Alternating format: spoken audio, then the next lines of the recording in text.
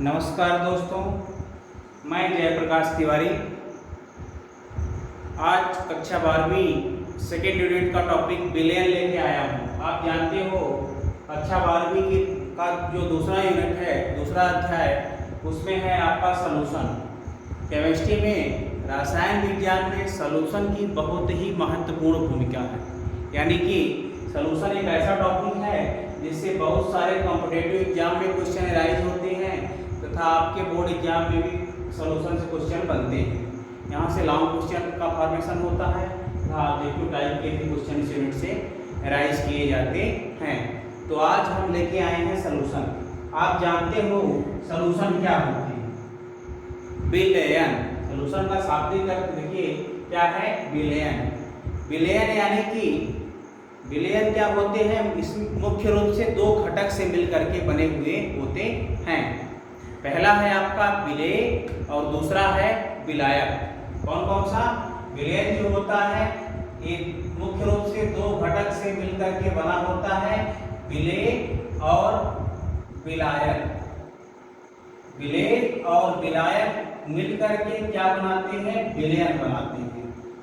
तो आप कह सकते हो कि जब विलेय और विलायक आपस में मिलते हैं तो विलयन बनता है। क्या कह सकते हैं कि जब विलेय और विलायक आपस में मिलते हैं, संयोजित होते हैं या इकट्ठे होते हैं तो विलयन बनता है। अब इससे बाद क्वेश्चन ये उठता है कि विलेय क्या होते हैं। हमने बता तो दिया कि विलेय और विलायक जब आपस में मिलते हैं तो विलयन बनता है सैल्यूट। विलेय को इंग्लिश में बोलते हैं सैल्यूट और इसको सॉल्वेंट। इक्वल टू आपका हो गया सॉल्यूशन। ठीक है। अब विलेय क्या होते हैं? विलेय आप कह सकते हो कि विलेय वे पदार्थ होते हैं जिनकी मात्रा कम होती है। विलेय वे पदार्थ होते हैं जिनकी मात्रा कम होती है तथा यह विलायक में मिलने पर अपनी भौतिक अवस्था को खो देते हैं।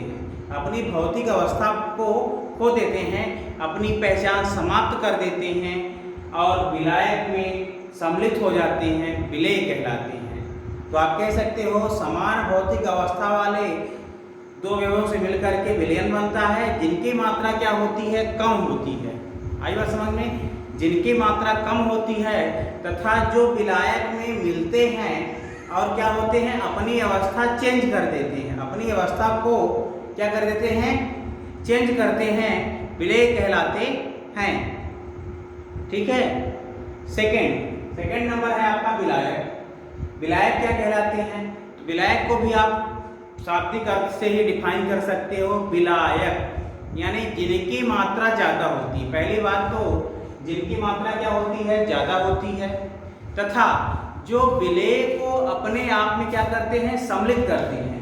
जो विलेय को अपने आप में सम्मिलित करते हैं, घोलते हैं तथा जो क्या होते हैं? लास्ट तक अपनी पहचान बनाए रखते हैं। ये क्या होते हैं? विलयन के समान ही अपनी प्रावस्था को बनाए रखते हैं, विलायक कहलाते हैं। मतलब ये क्या होते हैं? जो विलयन की प्रावस्था होती है उसी के समान इनकी भी प्रावस्था होती है, विलायक कहलाते हैं। तो आप कह सकते हो कि विलायक वे पदार्थ होते हैं जिनकी प्रावस्था क्या होती है? विलयन के जैसी होती है। जिनकी प्रावस्था विलयन के जैसी होती है और ये अपनी पहचान बरकरार रखते हैं तथा जिनकी मात्रा क्या होती है? ज्यादा होती है। ये क्या कहलाते हैं? विलायक कहलाते हैं। ठीक है। जैसे मान लीजिए कोई आपका 100% बनता है तो ये 20% मान लीजिए हमारा सैल्यूट है, 75 आपका सॉल्यूशन है, दोनों मिला तो आपका 100% ये बना रहा विलयन सॉल्यूशन, है ना। तो आप इसे भी अंदर व्यक्त कर सकते हैं कि जिनकी मात्रा क्या होती है? कम होती है, विलेय कहलाते हैं और जिनकी मात्रा ज्यादा होती है, विलायक कहलाते हैं। जो अपनी अवस्था को बनाए रखते हैं, बरकरार रखते हैं, विलयन के समान होते हैं, वो विलायक कहलाते हैं। और जो अपनी अवस्था को खो देते हैं या विलयन से जिनकी अवस्था भिन्न होती है वो विलेय कहलाते हैं। अब इसके बाद हम बात करते हैं विलयनों के प्रकार की। इसकी विलयन के प्रकार की, विलयन कितने प्रकार के होते हैं।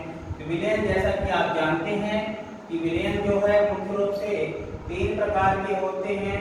पहला है आपका गैसीय विलयन,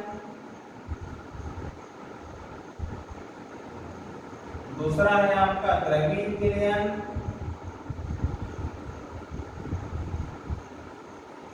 और तीसरा है आपका ठोस विलयन।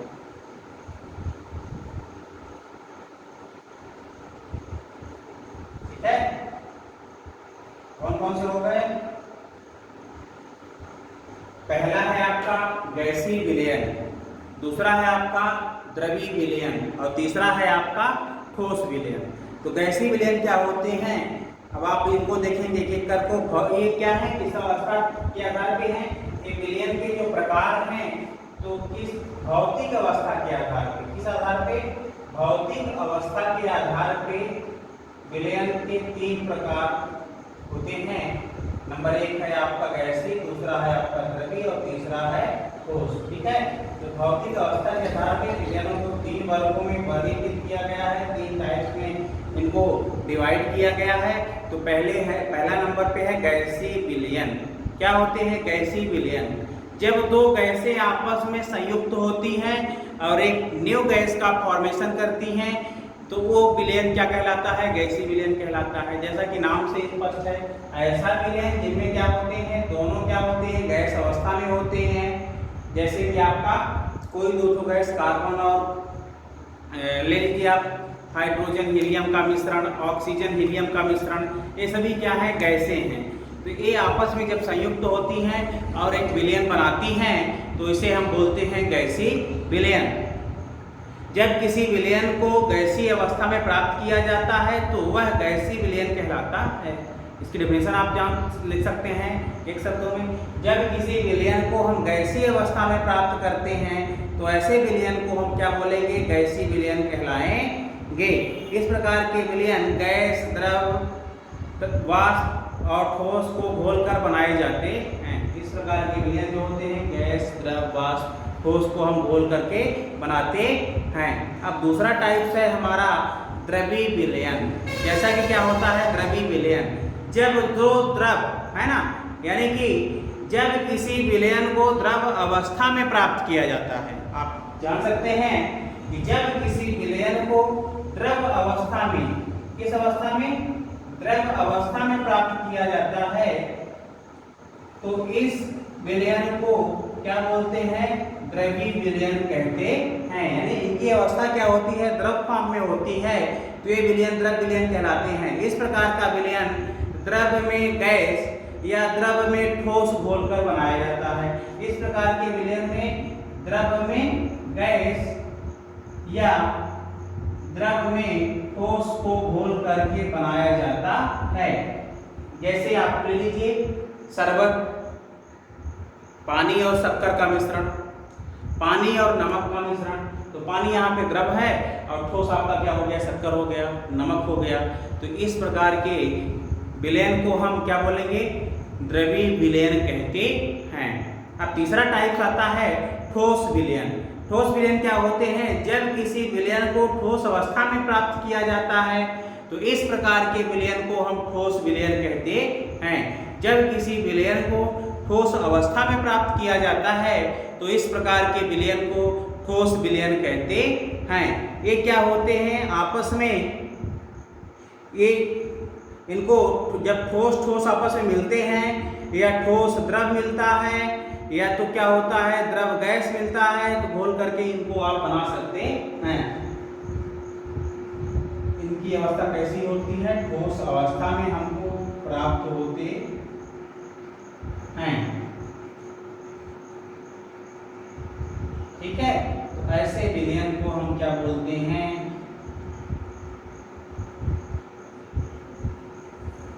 ठीक है। तो ये हमारे हुए भौतिक अवस्था के आधार पे विलयन की 3 प्रकार। पहला नंबर है गैसीय विलयन, दूसरा नंबर है आपका द्रवीय विलयन और तीसरा नंबर है आपका ठोस विलयन। ठीक है, अब इसके बाद हम बात करेंगे सांद्रता के आधार पे विलयन के प्रकार। किसके आधार पे, on the concentration of basis in the solution. क्या होता है? On the basis of concentration in the solution, सांद्रता के आधार पे विलयन के प्रकार। तो आप देखेंगे कि कंसंट्रेशन के आधार पे विलयन कितने प्रकार के होते हैं। तो सांद्रता के आधार पे विलयन 5 प्रकार के होते हैं। कितने प्रकार के? 5 प्रकार के। सांद्रता के आधार पर विलयन के प्रकार। नंबर 1 है आपका तनु विलयन। कौन सा? तनु विलयन, जिसको इंग्लिश में बोलते हैं डाइल्यूट सॉल्यूशन। कौन सा सॉल्यूशन? Dilute solution. और दूसरा है आपका सांद्र विलयन। कौन सा विलयन? सांद्र विलयन। दूसरा नंबर है आपका सांद्र विलयन। और तीसरा नंबर है आपका, सांद्र विलयन को इंग्लिश में बोलते हैं कंसंट्रेटेड सॉल्यूशन। तीसरा नंबर है आपका संतृप्त विलयन।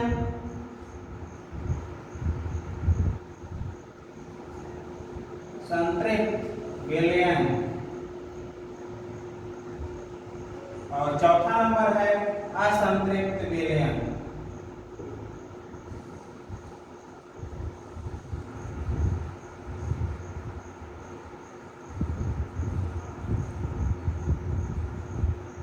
और पांचवा नंबर है आपका अति संतृप्त विलयन, सुपर सैचुरेटेड विलयन। इनको आप जानेंगे इंग्लिश में। तनु विलयन को क्या बोलते हैं? Dilute solution. और दूसरा नंबर है आपका सांद्र विलयन। तो सांद्र विलयन को बोलते हैं कंसंट्रेटेड सॉल्यूशन। और तीसरा नंबर है आपका संतृप्त विलयन यानी कि सैचुरेटेड सॉल्यूशन। और तीसरा नंबर है असंतृप्त विलयन यानी कि अनसैचुरेटेड सॉल्यूशन। और चौथा नंबर है आपका, और पांचवा नंबर है आपका अति संतृप्त विलयन यानी कि सुपर सैचुरेटेड विलयन। अब एक एक को हम देखेंगे। संतृप्त विलयन, तनु विलयन पहला टाइप जो है इसका तनु विलयन यानी कि डाइल्यूट सॉल्यूशन। तो डाइल्यूट सॉल्यूशन को हम देखेंगे। डाइल्यूट सॉल्यूशन किसे कहते हैं?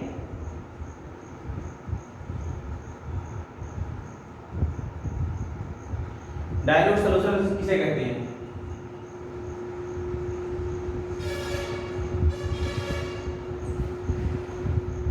तो तनु विलयन जैसा कि नाम से स्पष्ट है, तनु विलयन। तनु मतलब वे विलयन जिनमें विलय की मात्रा विलायक की अपेक्षा बहुत कम होती है। वे विलयन जिनमें विलय की मात्रा विलायक की अपेक्षा बहुत कम होती है तनु विलयन कहलाते हैं।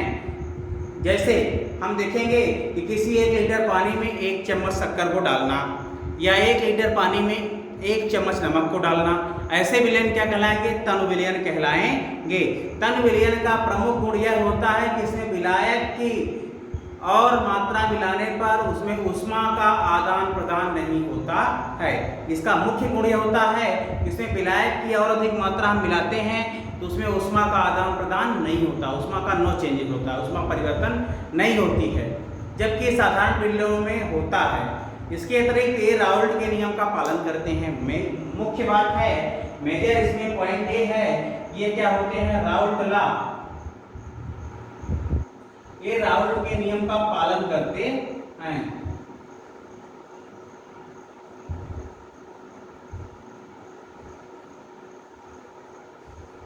तनु विलयन कहलाते हैं। तनु विलयन यानी कि क्या होते हैं? वे विलयन जिनमें विलय की और अधिक मात्रा, वे विलयन जिनमें विलय की मात्रा विलायक की अपेक्षा बहुत कम होती है तनु विलयन कहलाते हैं। कंफर्म हो गया? समझ में आ गया आपको? तनु विलयन किसे कहेंगे? वे विलयन जिनमें विलय की मात्रा विलायक की अपेक्षा बहुत कम होती है तनु विलयन कहलाते हैं। दूसरा नंबर है आपका सांद्र विलयन। सांद्र विलयन क्या होते हैं? वे विलयन जिनमें विलय की मात्रा, वे विलयन जिनमें विलय की मात्रा अपेक्षाकृत अधिक होती है। सांद्र, कंसंट्रेटेड।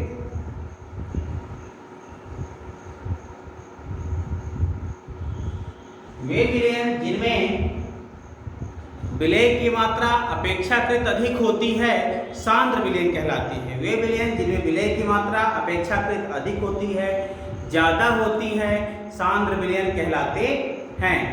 अब इनमें देखेंगे तीसरा टाइप्स है संतृप्त विलयन। कौन सा? संतृप्त विलयन। संतृप्त विलयन क्या होते हैं?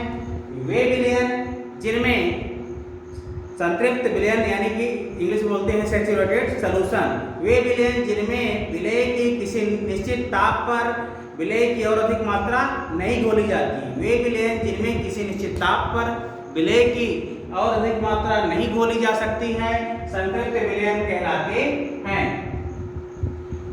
तो इनमें क्या होता है? विलय की और अधिक मात्रा हम किसी निश्चित ताप पर नहीं घोल सकते हैं। ठीक है, संतृप्त विलयन या सैचुरेटेड सॉल्यूशन कहते हैं।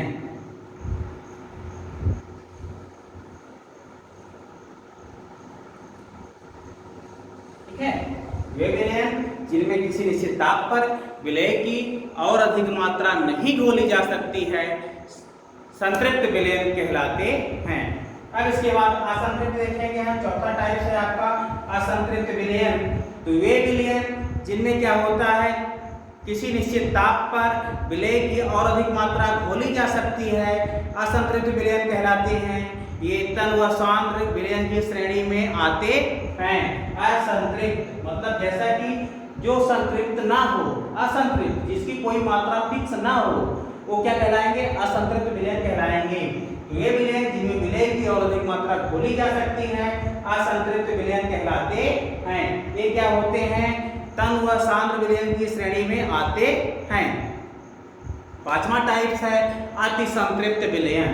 अतिसंतृप्त विलयन वे विलयन जिनमें विलय पदार्थ की मात्रा संतृप्त विलयन की अपेक्षा अधिक होती है। वे विलयन जिनमें विलय पदार्थ की मात्रा संतृप्त विलयन की अपेक्षा अधिक होती है अतिसंतृप्त विलयन कहलाते हैं। Super saturated solution.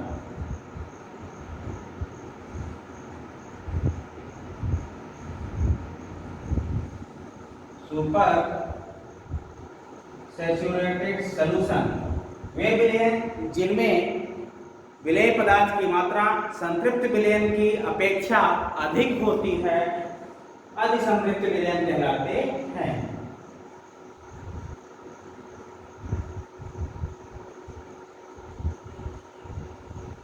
ठीक है, तो ये हुए हमारे सांद्रता के आधार पे, कंसंट्रेशन के आधार पे विलयन के प्रकार। तो कंसंट्रेशन के आधार पे विलयन 5 प्रकार के पाए जाते हैं: तन विलयन, सांद्र विलयन, संतृप्त विलयन, असंतृप्त विलयन और अतिसंतृप्त विलयन।